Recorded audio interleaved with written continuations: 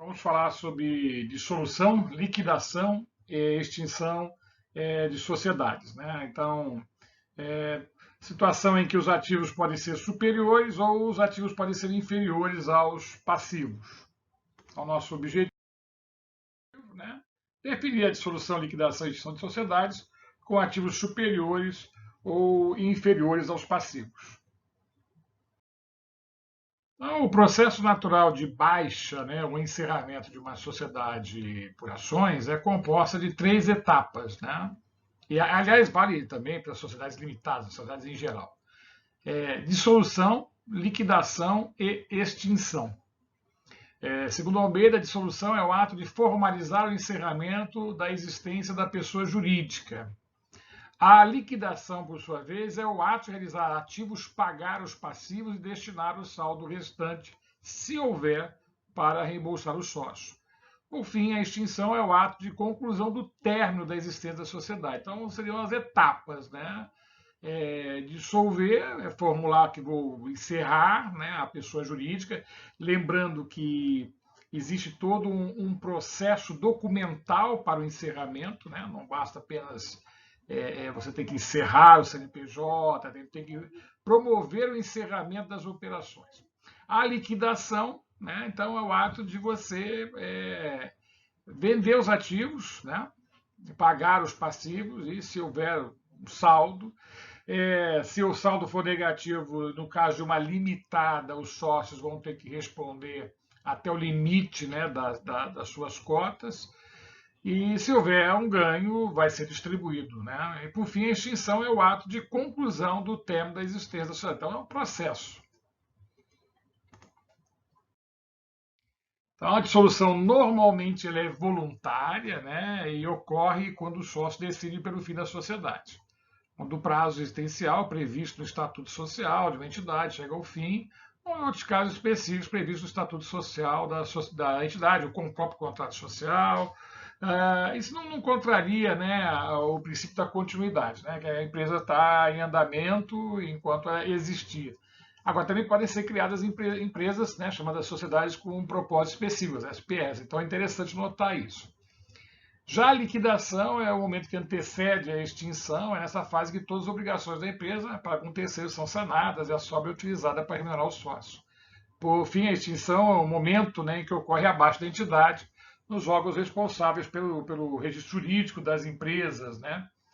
No Brasil, esses órgãos são Receita Federal, Secretaria de Fazenda do Estado, municípios, juntas comerciais, superintendência, autorização de funcionamento, órgãos, sindicatos patronais ou associação de classe, entre outros, né?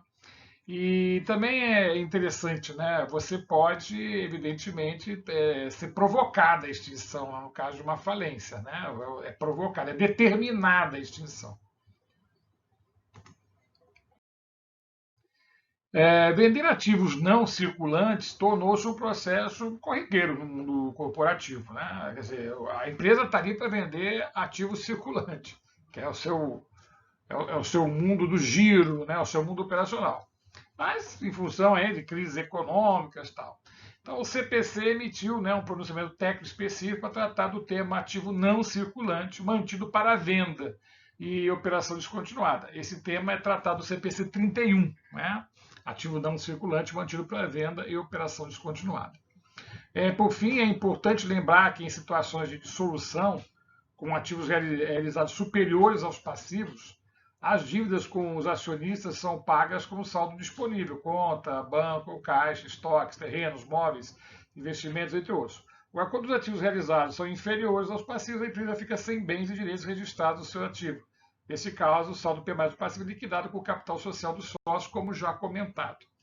É muito importante, né, entender que numa operação de dissolução, haverá uma negociação para a venda desses ativos. Não é uma venda normal de ativos, nem um estoque, eu tenho R$ 200 no estoque, então eu vou vender por R$ 200 ou por mais. É difícil, né? Vai ser uma operação de negociação. E muitas vezes as pessoas percebem, né, outras empresas percebem que existe um processo de solução e vão tentar baixar o preço. Então, se você tem um carro que vale 30 mil, né, lá no não circulante, eu vou conseguir 30 mil? Não se sabe, né? É uma operação de mercado. né? Pode-se recorrer até uma operação de leilão para fazer isso, ou negociação direta com fornecedores. Então, tudo isso é um processo que não leva a uma certeza dos valores que estão registrados no balanço patrimonial. Vamos ver um exemplo em que os ativos são superiores aos passivos. Ok. A gente até já vê aqui no nosso balanço que está tudo correto. Né? Tem aqui 2 mil de banco, 9 mil de terreno, que dá 11 mil de ativos, 3 mil de fornecedores, tem um capital social de 7 mil, tem uma reserva de lucro de mil. Então está tudo fechadinho. Né? Os ativos são superiores, PL positivo, tudo tranquilo. Mas em 1º de janeiro de 2005, né, os 3 sócios da empresa organizada SA decidiram dissolver a empresa. Então, o sócio A tinha 50% do capital social, o sócio B 30% e o sócio C 20%. Sabe-se que os ativos foram realizados em 25 de fevereiro de 2005 por 7.500. Olha, interessante. Eu não consegui vender pelos 9 mil, eu vendi por 7.500. Tive uma perda. E os passivos foram liquidados por 2.800. Aí eu tive um ganho, né? Porque eu tinha lá passivo de 3 mil, então fui negociar, ó, vou fechar.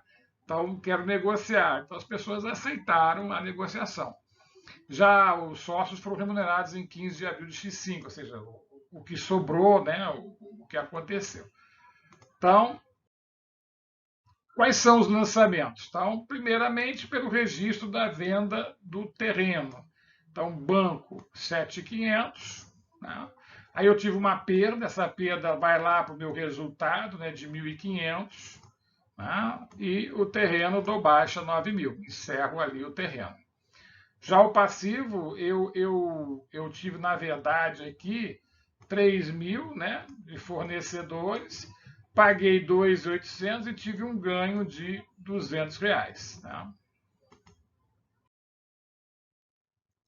E como é que é feito esse resultado? Né? Eu tive aqui o ganho, né, na liquidação de 1.300, porque eu tive uma perda de 1.500 e um ganho de 200. Então, pode notar que a empresa organizada teve um prejuízo de 1.300 no processo de liquidação, visto que teve um ganho de 200 com a liquidação de 1.500. Então, eu tive uma perda, né, no processo de liquidação. Né? Então, no processo, eu estava equilibrado, mas eu tive uma perda no processo de liquidação de 1.300.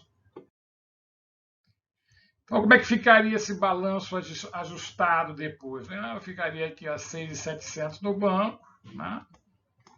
Capital social está ali, reserva de lucros, e agora eu tenho um resultado, né, que seria esse prejuízo na operação de venda, né, fechando tudo aqui 6.700. Aí eu pego, né, esses valores, né, esse 1.300, e vou dividir, né, conforme a participação do capital social. 50% para o sócio A, 650, 30% para o sócio B, 390, e 20% para o sócio C, 260. Eles já tinham, né, a participação do capital social deles, né, que está aqui, a participação no lucro também, toda ela proporcional, né? Então, aqui vai sobrar para o sócio A 3.350. Ele vai receber, né, ao final, essa participação, né, resultante da sociedade. Sócio B 2.010 e 1.340 para o sócio C. Então, aí a empresa está dissolvida, extinta e liquidada, tudo que tem direito. Agora vamos ver quando os ativos são inferiores ao passivo. Né? Não é raro, né? A gente tem empresas que estão. Aí não é normalmente uma extinção voluntária, né? Pode ser até uma falência. Mas também pode ser um processo que você já não tem mais perna, né? Resolve encerrar. Aí os 3 sócios da empresa decidiram, né? O sócio A tem 50%, o B 30% e o sócio C 20%. Sabe-se que os ativos foram realizados por 800, né? E os recursos disponíveis foram utilizados para liquidar passivo com desconto de 50%. Né? Então deram um desconto, um ganho.